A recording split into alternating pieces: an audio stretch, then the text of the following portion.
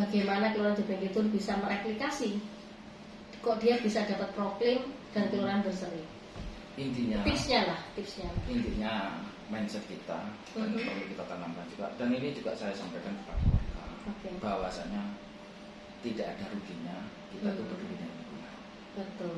Itu intinya di situ dulu. Bagaimana terus menerus kita harus sampaikan tidak ada ruginya peduli terhadap lingkungan. Toh itu kan buat untuk mereka. Bagian kebersihan sebagian dari iman.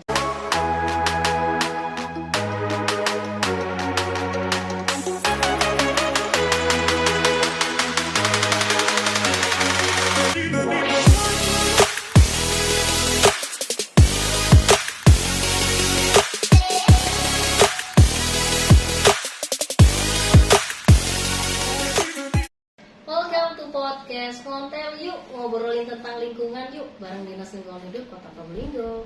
Bersama saya Miresti, tentunya kita akan membahas soal warta, edukasi, dan isu-isu lingkungan. Pantengin terus channel kita di Ngontel DLH atau follow akun Instagram kita di DLH Probolinggo. Sobat Ngontel, lagi-lagi kita bicara tentang kelola lingkungan yang baik. Kali ini sasaran kita adalah Kelurahan Jabeng Kidul. Nah, kita sudah undang nih narasumber Pak Lurahnya.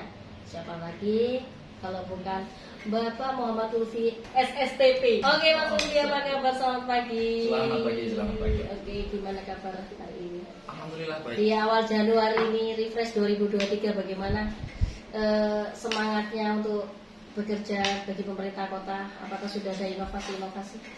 Ada. Yang perlu nanti kita siapkan sudah ada. Bicara dengan rekan-rekan semuanya. Ada. Semangat baru ya, semangat baru tahun baru, semangat baru. Oke, yang ingin kita bahas di podcast kita pagi kali ini adalah terkait bagaimana sih Kelurahan Jabeng Kidul bisa mendapatkan proklim dan Kelurahan Berseri. Bisa diceritakan? Kalau terkait dengan proklim, ini juga merupakan hal yang baru buat Kelurahan Jabeng Kidul. Karena baru 2021 di masa-masa COVID itu sangat luar biasa sekali dengan berbagai macam tantangan dan hambatan dan dinamikanya di lapangan bagaimana lingkungan itu sangat luar biasa sekali. Tapi alhamdulillah dengan kerjasama kolaborasi baik dari kelurahan, kecamatan, warga khususnya, dan juga rekan-rekan daerah dan juga OPD-OPD terkait, swasta juga, semua berbondong-bondong bekerja sama untuk support semuanya untuk mensukseskan program ini. Nah, khususnya di Kelurahan Jabeng Kidul. Untuk Kelurahan Berserinya? Untuk Kelurahan Berserinya kemarin ini ada 2 RW, itu RW 1 dan juga RW 3. Dari Kelurahan Berseri ini sebelumnya di RW 1 ini kan lokasinya kampung proklim yang kurang lebih proklim dengan Berseri ini kurang lebih bersinergi. Nah, jadi kurang lebih beberapa hal dan indikator juga tidak begitu sulit untuk kita sesuaikan. Cuma kemarin kita fokus kepada RW 3 yang dimana lokasi tersebut memang baru kita bentuk mulai dari KRPL-nya, bangun sampahnya, dan juga kader-kader lingkungan yang ada di sana. Dan alhamdulillah respon warga masyarakat terkait dengan lingkungan khususnya Kelurahan Berseri sangat luar biasa. Sehingga semangat itulah yang membuat kami dan juga rekan-rekan daerah juga ikut semangat. Masa warga semangat, masa kita tidak semangat kan kita juga malu. Istilahnya mendukung banget ya? Iya, sangat mendukung sekali. Pengelolaan lingkungan ya? Betul. Lantas ini kan untuk Kelurahan Berseri khususnya, Kelurahan Jabeng Kidul ini akan menuju ke tingkat madya. Di mana tingkat madya itu, kalau nggak salah nih ya, itu harus mengampu 3 RW. Berarti benar, nggak salah. Oh benar ya? Enggak, benar. Oke, 3 RW. 3 RW. Langkah apa Mas yang mau disiapkan atau inovasi apa dari Kelurahan Jabeng Kidul bersinergi dengan Kecamatan Monoas ya tentunya ya, dengan Pak Deus untuk mempersiapkan tahap Kelurahan Berseri di tingkat madya ini? Kemarin kita sudah dapat tingkat pertama. Tentunya di tahun depan kita juga perlu langkah-langkah untuk mempersiapkan ke tingkat madya. Oleh karena itu saya berkoordinasi dengan atasan saya sekaligus sama penguasa dengan Bapak Deus bagaimana langkah-langkah, karena tidak mau juga saya juga perlu pengalaman dari beliau terkait dengan kebijakan dan sebagainya, langkah-langkah strategis apa dengan beliau. Alhamdulillah beberapa hal dan strategi yang coba saya terapkan di lingkungan. Alhamdulillah sekarang jadi warga khususnya di RW 2, nanti proyeksinya di RW 2. Pilot projectnya? Pilot projectnya di RW 2, ya. Kelurahan Jrebeng itu nanti pilot project untuk mempersiapkan di tingkat madya. Kenapa harus memilih di RW 2? Nanti kesannya nanti sobat ngoten, lurahnya pilih-pilih di RW 2, pilot project gimana nih? harus ada historinya. Iya. Kenapa sih Pak Lurah pilot project harus di RW 2? Ya. Mungkin di RW 2 memiliki potensi yang sangat luar biasa, di mana di kawasan RW 2 ini lokasinya yang mungkin sobat-sobat warganet tahu, di situ ada pasar sapi. Itu masuk di kawasan RW 2. Itu RW pasar sapi ke utara. Nah, di situ ada dekatnya sate itu ya? Iya itu masuk RW 2 itu. Oh, itu RW 2. Pernah ke sana ya? Pernah. Favorit juga. Iya, jadi kalau pas ke lapangan mampir ke sana dulu ya. Itu pas situ ya. Itu sate, itu agak ke utara, itu ada Gang Koi namanya di sana. Oh, di situ. Itu warga di sana mengembangkan tentang budidaya koi.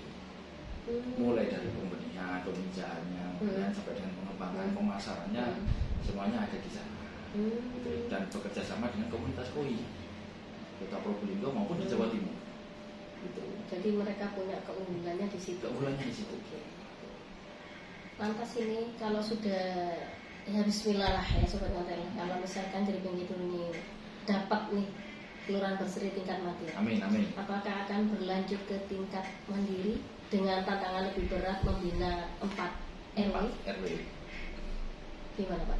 Tidak ada yang tidak mungkin. Jadi tetap maju ya? Tetap maju. Oke, Jadi catat ya. Tetap maju.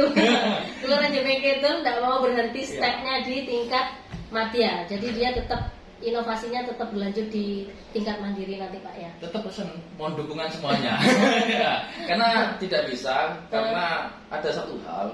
Ternyata setelah kita lalui bersama tidak bisa. Kita hanya berpangku pada kelurahan saja atau berpangku pada DLH saja atau kecamatan saja. Ya. Itu tidak bisa. Sangat mustahil. Jadi perlu adanya kolaborasi dan dukungan semuanya.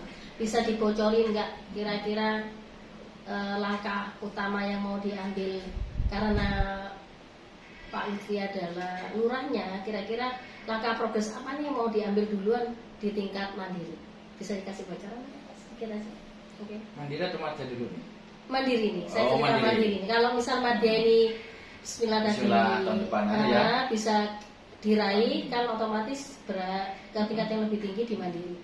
Kira-kira bocoran apa ini inovasi yang akan disiapkan oleh kelurahan Jrebeng Kidul atau masih silent dong Mbak? Ini mungkin nanti dapat bom, jadinya bisa surprise atau gimana nih Pak? Yang lain untuk lainnya silent dulu. Iya. Mungkin bocorannya cuma satu mungkin ya. Oke. Kolaborasi sama sinergi. Oh pasti. Iya. Iya. Jadi kolaborasi sama sinergi. Tanpa dua hal itu, sorry. Oke. Sebelum kita tutup podcast kita kali ini, mungkin ada yang ingin disampaikan kepada warga Jrebeng Kidul khususnya dan masyarakat Probolinggo pada umumnya untuk mendukung kelurahan berseri Jrebeng Kidul yang akan masuk ke tingkat madya. Mungkin seperti apa dan bagaimana kelurahan Jrebeng Kidul bisa mereplikasi kok dia bisa dapat proklim dan kelurahan berseri. Tipsnya. Intinya mindset kita dan perlu kita tanamkan juga, dan ini juga saya sampaikan kepada warga bahwasanya tidak ada ruginya kita tuh peduli dengan lingkungan. Betul. Itu intinya di situ dulu. Bagaimana terus menerus kita harus sampaikan tidak ada ruginya peduli terhadap lingkungan. Toh itu kan buat untuk mereka. Bagian kebersihan sebagian dari iman ya sobat. Betul. Jadi kalau kita bersih kan pengaruh juga terhadap lingkungan. Betul. Betul sekali. Untuk menyiapkan generasi muda sehingga nanti tinggal menikmati saja nanti. Oke.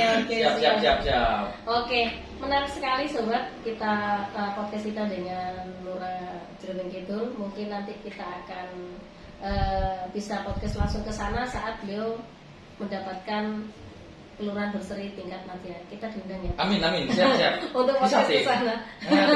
Boleh kita tadi podcast di sana ya. Di sana. Oke, siap. Oke Sobat Ngana, demikian dulu podcast kita kali ini. Jangan lupa tetap stay healthy, stay happy. Dan apa Pak Lurah?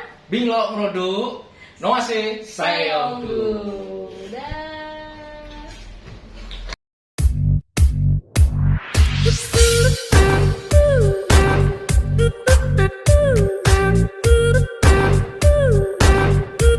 Thank you.